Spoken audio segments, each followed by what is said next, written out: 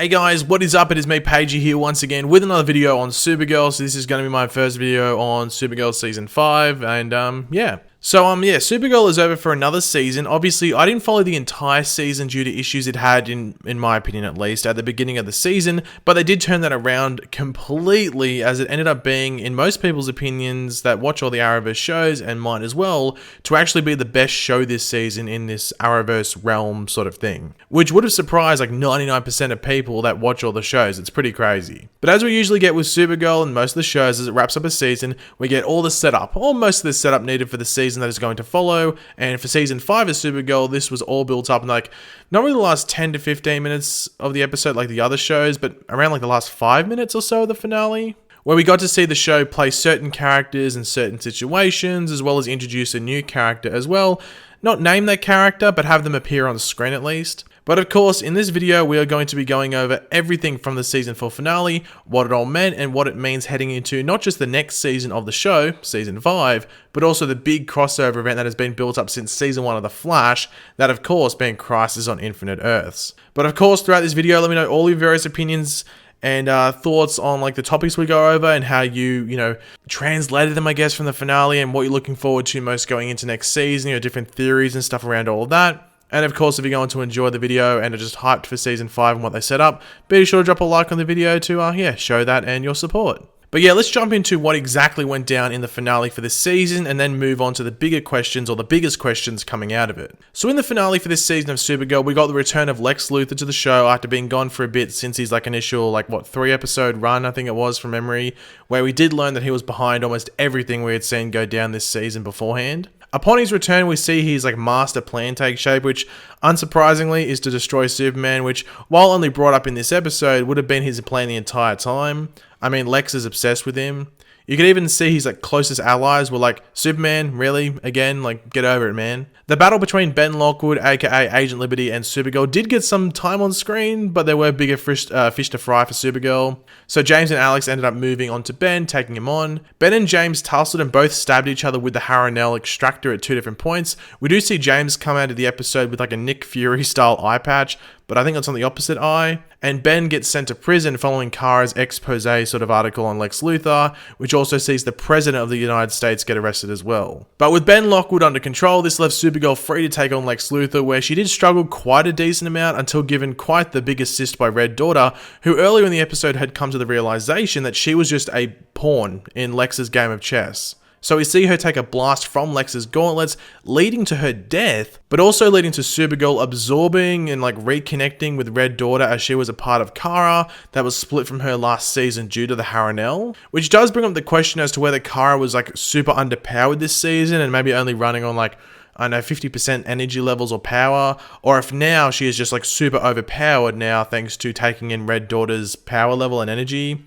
There is a running thing in the comics that Superman is always holding back, so maybe in earlier seasons so is Supergirl, because she didn't seem that weak this season, but who knows, maybe she's Ultra Supergirl next season. We'll have to wait and see. But she's able to easily kick Lex's ass, which sees him return to his little bunker base hideout area, where we see his sister Lena is actually waiting for him, where she does extract the Harronell from him, unsurprisingly, but then goes on to shoot him twice. I think she does the old bang bang, which is a big move in Lena as a character, due to us learning all about her and Lex's history and past this season, and even seeing her weak characteristics around him in the present day. But just before he slipped into the darkness and, died, Lex let his sister in on, quite the little secret. Your friend Kara Danvers there, Lena? Well, she's actually Supergirl. So this is a big thing for Lena. We do see her at the end smash her glass on a photo of her and Kara, but she made no mention of this discovery when she showed up to the game night shortly after her learning about it from Lex. And when Kara asked if Lena would be playing on her team, she replied, "Always." But if you thought this meant that Lena was not bothered by her friends' lies, well, think again. It's going to be, explored next season. And right at the end of the episode, we get the teasers towards everything that's happening next season of Supergirl, and we get probably the most teasers out of any of the other shows that have appeared currently. And the first one is when we see Eve Tessmacher attempting to sneak and leave out of town, dressed up in a black wig and some large sunglasses, a decent disguise.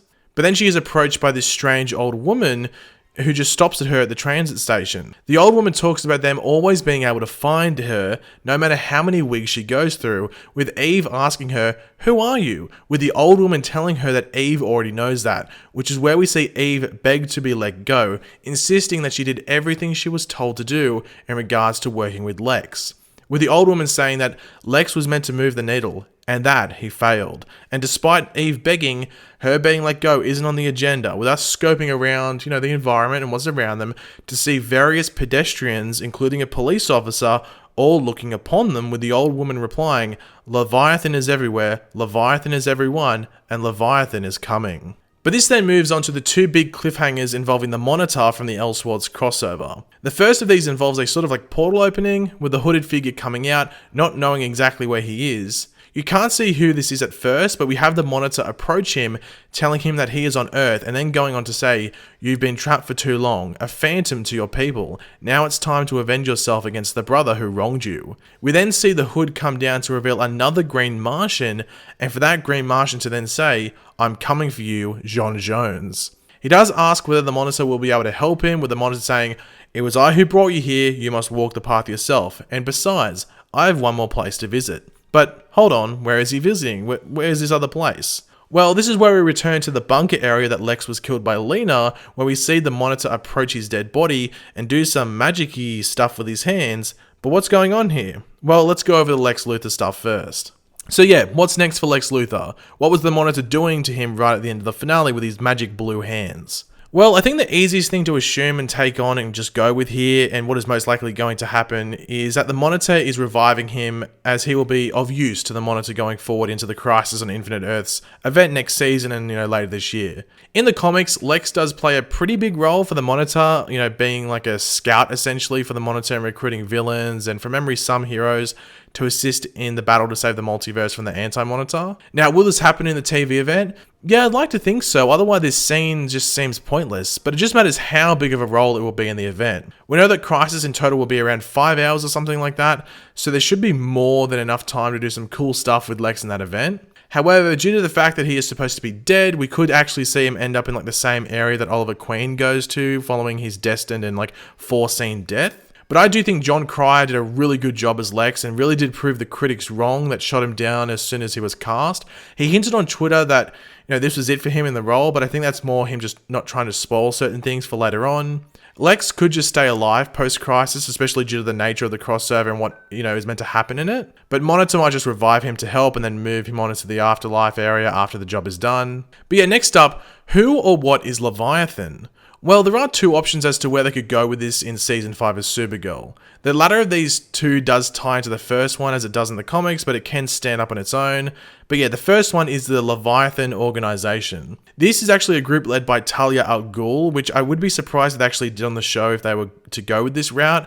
I mean, we have a Talia al Ghul, already cast in the Arrowverse, as we saw in Arrow in Seasons 5 and 7, so it wouldn't be hard to put her in. But I do see it as fairly unlikely. But essentially, they are aiming simply to spread terror and attack the world. Simple villainous stuff. As I said, they could go with the Talia al Ghul-led group, but going off what we saw towards the end of the episode with Eve and that old lady, it seems they might go with a slightly altered version of a major part of the Leviathan organization, and that is simply with the main, weapon, if you want to call it, of the group, that being the Leviathan entity. Now, in the comics, this is simply children, but it is a bit more complex, as they are... While children, they act in a hive sort of mentality, and they are just parts of one big, Leviathan. For those that don't know, Leviathan is essentially just a word for a big monster, or a big creature.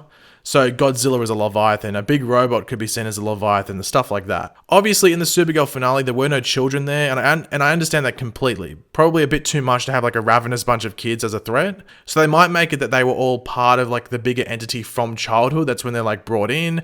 And that's the entry point, and then you keep going into adulthood. You don't break off when you become an adult and stuff like that. You keep going, even to that point where there's that old lady there. She's still part of it. You just stay connected. I would be surprised if they are actually the big bad, but they could be a constant threat throughout the season, like Agent Liberty and his followers, that either lead into the big bad or play a role with the big bad's plan. We'll have to wait and see, I guess, but it should be interesting. And well, the last thing to go over, Who was that other green Martian under the hood that revealed themselves and is coming for J'onn J'onzz? Well, that is actually his twin brother, and correct me on my pronunciation of his proper name here, but I think it's Malefic. I think that's the best way to pronounce it. I think that's how you pronounce his name roughly. But to be simple, he can simply be referred to as Malefic. So we'll just call him Malefic from now on. In the comics, Malefic was the creator of essentially like a genocide type event on his own people, which has otherwise been referred to as the Haron curse.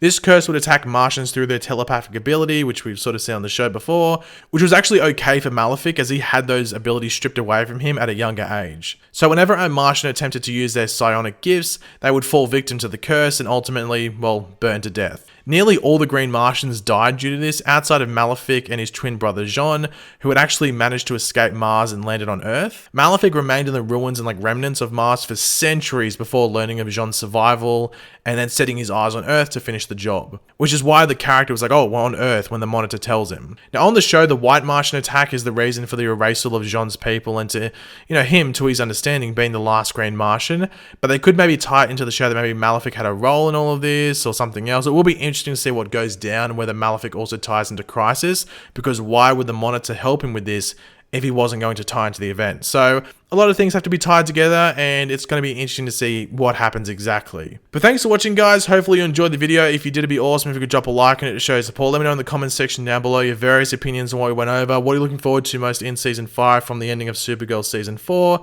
And yeah, if you're new to the channel, make sure to subscribe, and I'll catch you guys later. Goodbye.